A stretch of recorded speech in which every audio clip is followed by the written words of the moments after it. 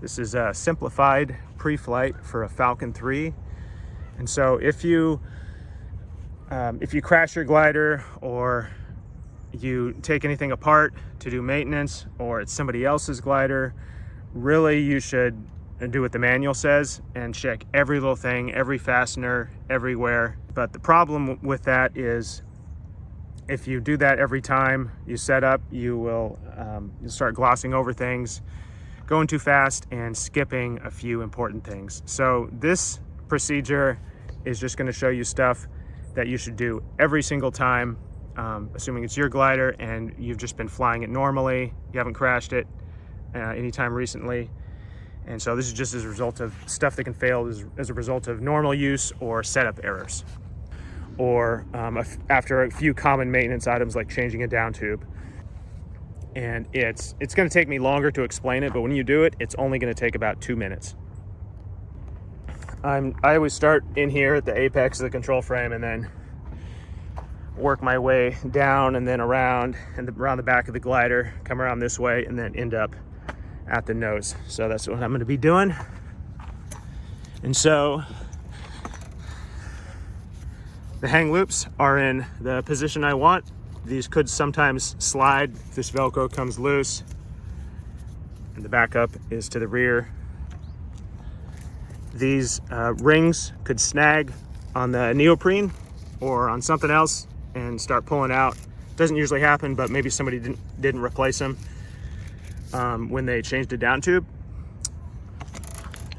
And this nut in here, the king post, if it's a good nut, nothing should happen to that thing. It should stay in place, hold the king post. But if somebody reused that enough times, this bracket, as you set up the glider, it could the king post could swivel, flop one way or the other, and start undoing that nut. Just look down the down tubes. Down tubes look straight. Moving down here to the corner, the safety ring's on, the nut's on, the side wire looks good. You really want to check the side wire every time. It looks good, no loose strands or anything, nothing's poking me, and it's able to move slightly, which is perfect. And again, this pin is in, something could catch it, or somebody didn't replace it when they did the down tube. And we can kind of see in here that both the front and rear wires, the pin is going through them. Check this control bar fitting.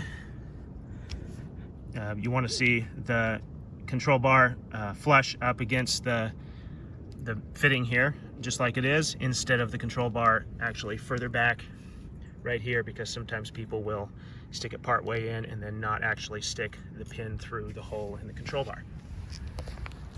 The control bar sticker is up because this base tube is not, the holes here are not symmetrically placed to the front of the base tube, so you don't want it upside down or it's going to be angled wrong. And same thing on that side, of course, check everything. So moving around this way, you always want to do a step test. Not very much weight, you don't really want to lean onto it. Just push down a little bit with more than the weight of just your leg, and then push up here just to give it a good press. Make sure nothing's going to pop loose.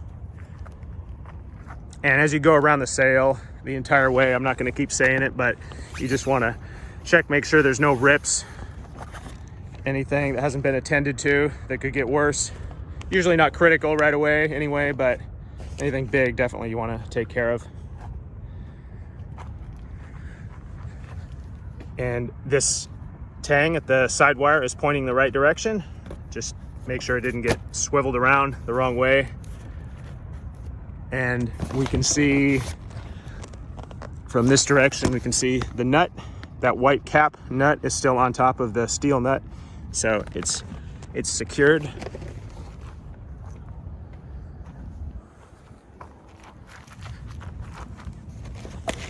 Down here, the washout tube is secured. The bungee's holding it in all the way.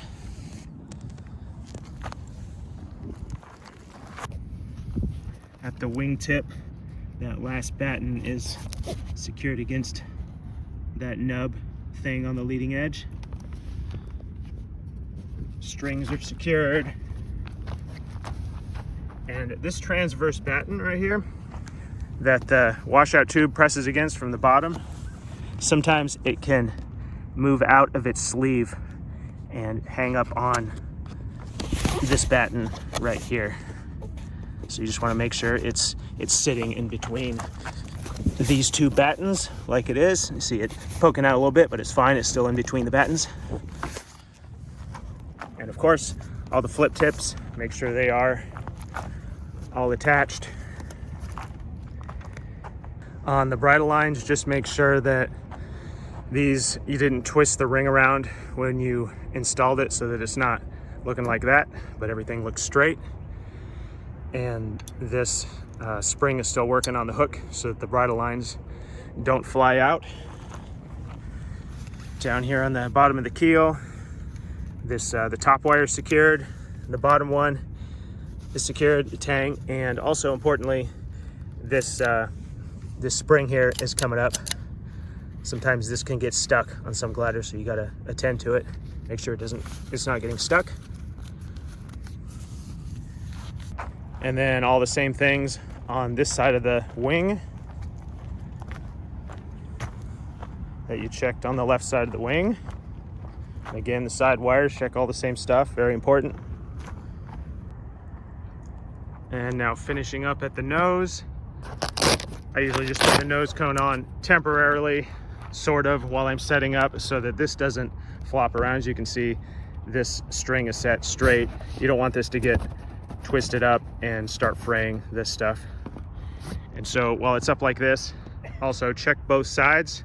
You can look at the leading edges, make sure they are look like they have about the same bend in them, that a leading edge didn't get bent, and that the trailing edge on both sides, especially around the last battens, look like they have the same amount of twist.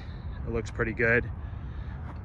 And that's kind of a check for a lot of things. A lot of setup errors or whatever could cause something to look asymmetrical. So it's just a very good thing to check every flight.